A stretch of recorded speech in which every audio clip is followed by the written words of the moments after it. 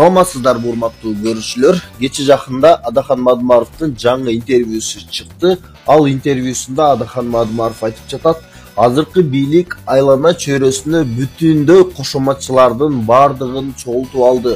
Ал кошоматчылары тизелеп туруп, сиз туура кылып жатасыз, сиз баатырсыз, алга деген гана сөздөрдү айтып жатышат. Бирок кемчиликтерин айта албайт. Ошондуктан азыркы бийлик өзүнүн оппоненттерин, оппозициячыл саясатчылардагы угушу керек эле. Бирок тилекке каршы андай болуп жаткан жок. Мурунку бийликке келген президенттер дагы дал ошондой кылып кошоматчы, шоферлорун алып келген бийликке ошонун айынан Кыргызстандан куулуп чыккан деген өзүнүн ой пикирлерин айткан. Негизи эле Адахан Мадымаров менен Акылбек Жапаровдун дагы Мадымаров депутат болуп турган кезиндеги кызыктуу видеосу бар. Алдыда биз сиздерге аны дагы коюп беребиз. Албетте өзүңүздөр биз менен акырына чейин бирге болуңуздар. Пикир жазганды дагы унутпаңыздар. Акыркы сааттагы кабарларды өз убагында билгиңиз келеби? Анда видеого бир дана лайк басып, подписаться деген кнопканы баскандан соң жанындагы коңгурочону сөзсүз түрдө баса кетиңиз.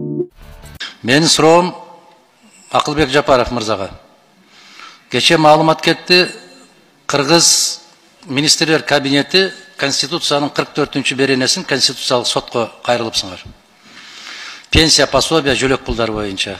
Эмне максатта кайрылдыңар ага?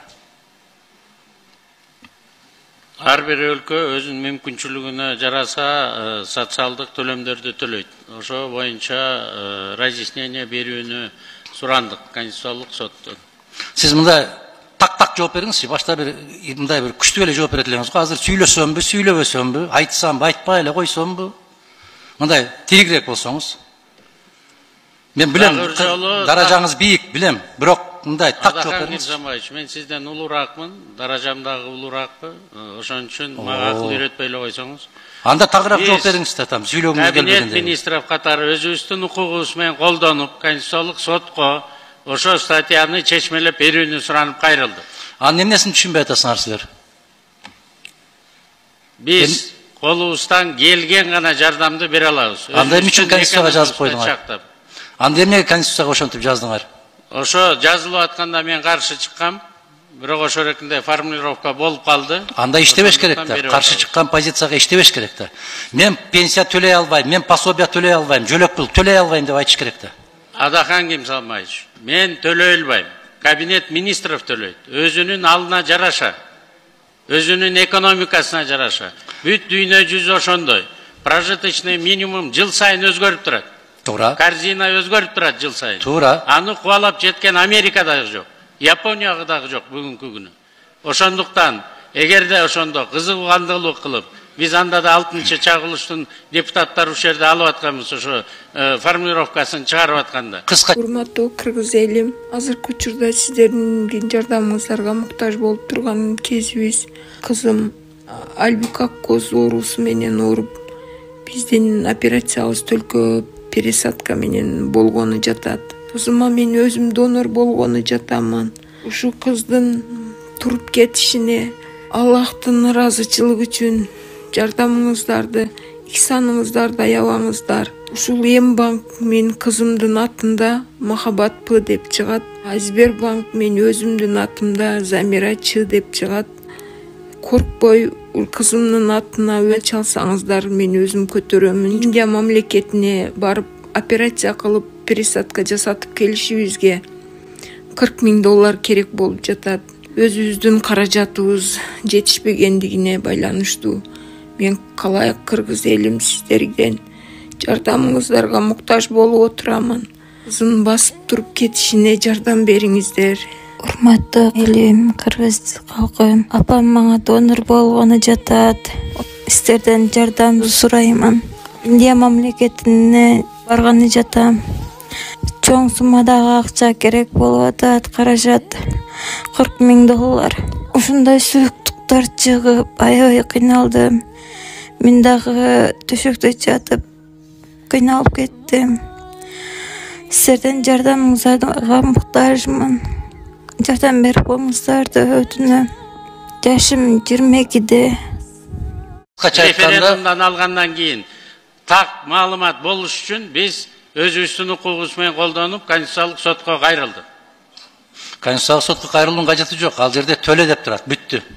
Анын түшүнүштүн кажети жок. Төлөбөсөк өлөйлү эми. Төлөбөсөк өлүп калайлы эми. Төлөй албасаңар иштей албайбыз дегиле да. Биз конституцияны аткарбайбыз дегиле да. Биз иштеп атабыз. Ошо конституциянын статьясын так чечмелеп бере турган орган бар. Аны сиз дагы мен да чечмелей албайм. Сиз аны так билесиз. Конституциялык сот гана бере алат. Разъясненияны, толкованияны дагы. 44-чү беренесинде анын түшүндүрмөсүнүн кажети жок, так жазылып турат. Кыргызстанда пенсиялар, жөлөк пулдар, пособиялар эң төмөнкү керектелүүчү куржундан кем болбойт деп турат. Бүттү, анын эмесин түшүнүксүз. Ошо керектелүүчү корзинаны өзүнүн экономикасына жараша өкмөт тактайт. Биз ошого жараша конституциялык сотко кайрылып атабыз. Жыл сайын керектелүүчү корзина чоңоюп турат. Биз ошого жараша өзүбүздүн төлөмдөрүбүздүн баарын оңдодук. Бирок бүгүнкү күнү экономика ушуну так аткарганга пока күчүбүз жетпей атат. Ошону толук бизге мүмкүнчүлүк бериңиздер, формулировкасын кандай деп түшүнсө болот. Кем эмес болуш керек деп турат. Анда биздин конституция күмөн экен да, туурабы? Ошо статьясынын формулировкасын биз так чечмелеш үчүн Конституциялык сотко кайрылдык. Бир статьясы үчүн. Да, кайсы статьялар күмөн? Мен билбейм, мен Конституциялык сот эмесмин. Аны Конституциялык соттон сураңыздар. Мен сизден сурайм. Бул сиздин милдетиңиз. Бул сиздин милдетиңиз. Ошо конституциянын беренелерин так кыйшайсыз аткаруу, пенсия төлөө. Менин милдетим республикалык бюджетти, законун сиз бекитип бересиз, ошону аткарыш.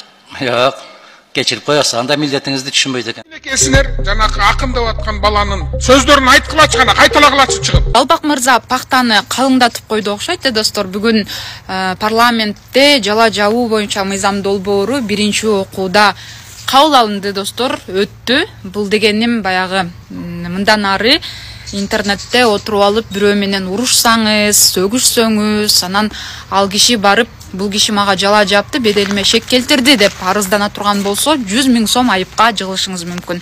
Жеке жактарга 100 000 сом, ал эми юридикалык жактарга 200 000 сом деген бааны коюшуптур. Эми мынакей жогорку кеңеште бүгүн айтылды, 100 000 сомду төлөгөнгө биздин элдин айлыгы ошого жооп береби, кандай болот? Бирок менин бул жеке пикирим, достор, бул мыйзам бизге окшогон эркин журналисттерге, укук коргоочуларга гана иштеши мүмкүн. Себеби дегенде канча деген депутаттын, канча деген кылмышкерлердин бетин ачып, алардын коррупциялык иштеринин бетин ачып, ушундай кылмыш иштерин, былыктарын айтып келебиз. Анан ал киши барып туруп, мына могу киши, могу журналист менин беделиме шек келтирип атат, мага жала жаап атат деп арыздана турган болсо, анда 100 000 сом айыпка жыгылышыбыз мүмкүн экен. Биз баягы факты менен чыгарып, далил менен көрсөтүп берип аткандарыбыз эми канчалык эсепке алынат, алынбайт, аны мен азырынча айта албайм. Маданият министрлиги карай турган болуп атыптыр. Бул жерде Маданият министрлигинин менин оюм боюнча бул нерсени караганга компетенциясы жетпейт. Негизи ансыз деле мисалы эки адам урушуп атса, мушташып атса, аны барып милиция тергеп, териштирип, кимиси мыйзам бузса, ошону жазага тартат да. Анан бул жерде Маданият министрлиги өзүнө өтө көп нерсени алып аткандай сезилип атат мага. Кыскасы, мындан ары интернетке жазаарда ойлонуп, эч кимдин беделине шек келтирбей, эч кимге жала жаппай, эч кимди сөкпөй, урушпай жазыңыздар. Баягы сабырдуу болуп дегендейчи.